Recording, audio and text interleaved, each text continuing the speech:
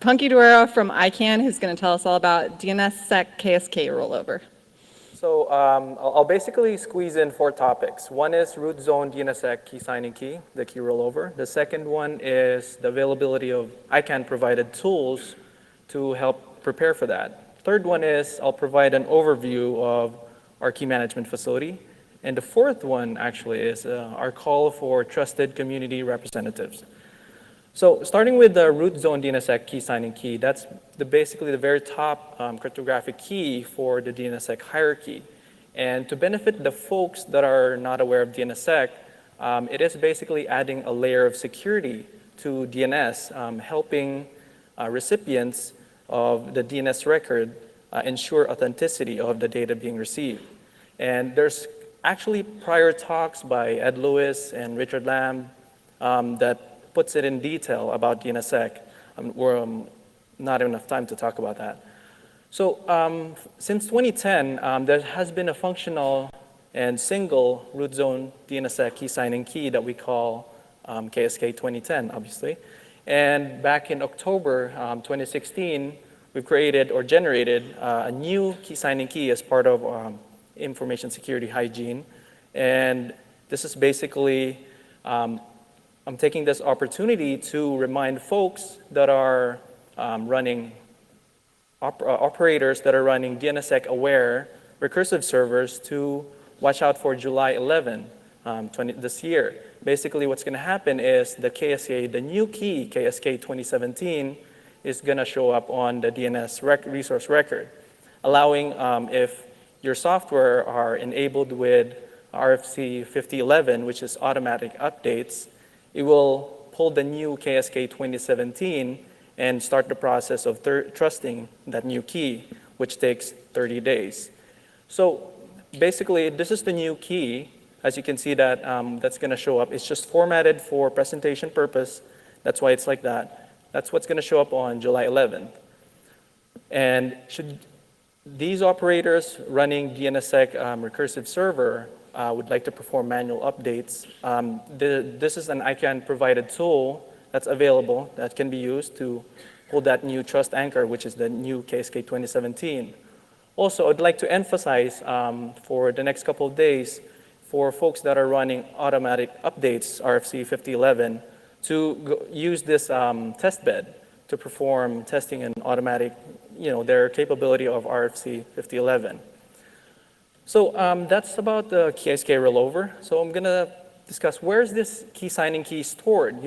Some of you guys may wonder. I mean, I'm pretty sure it's not made public that much. So it's actually a pair of keys, public key cryptography. When it's public, it's distributed everywhere. Nobody cares where is it at, who downloads it, who has a copy.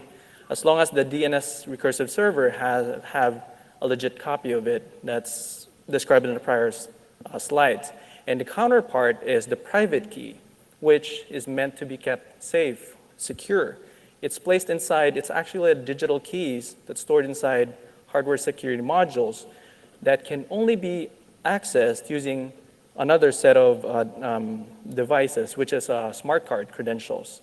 And these smart card credentials are assigned to trusted community representatives, crypto officers. They take part in the operations, and their detailed roles are on the bottom part of that URL. And basically, they're assigned the smart cards, which they're given physical keys that has access to safe deposit boxes. And basically, inside the safe deposit boxes are the smart cards. It's housed inside that, which is, for the HSM, it's stored in other materials. It's stored in a separate safe. So basically, these two safes are intelligently enough stored in a safe room. So basically, this room requires dual occupancy, dual access, biometric scans, a lot of sensors, access control, and all those bells and whistles, surveillance cameras. And that safe room is housed inside another cage, a bigger cage. This is where we perform key ceremonies, which I can't describe because of a limited time. This is basically where we perform digital signatures for the new keys, generation of new keys, key management per se. And it requires the same thing, dual access, dual occupancy. It's blanketed with a lot of alarms, redundancy, and stuff like that. So the location of these two key management facilities is actually not a secret. As part of ICANN's mandate to promote transparency and basically our practices, and this service is not a paid service. You know, we rely on confidence for adoption. The location is, we have two locations here in the US. One is on the East Coast, which is in Culpeper, Virginia, and on the West Coast in El Segundo, California. And we perform quarterly key ceremonies, which we alternate on both facilities. So basically, you might wonder what happens if the HSM is inoperable. You know, basically, if we can't access the keys. This is where actually another set of trusted community representatives comes along, which is what we call recovery key shareholders.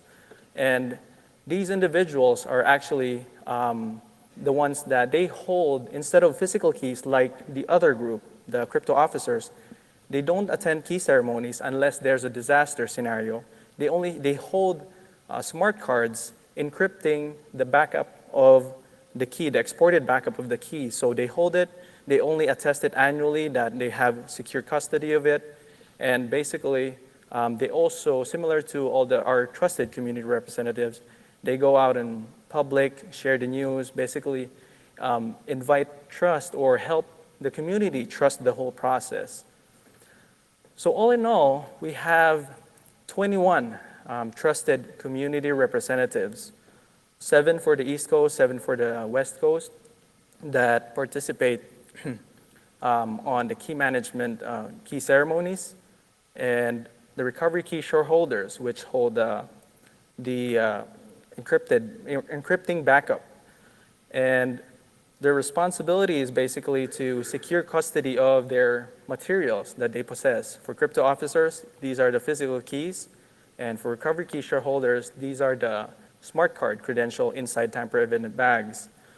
So basically, we're seeking volunteers. And last month, we've posted basically to call for experts, DNSSEC experts, DNS experts, to take part in the operations of our root DNSSEC key signing key operations. And the link below is basically the details about it, the selection criteria, and it talks about on how the selection process will be. And thank you. That's about it. Questions?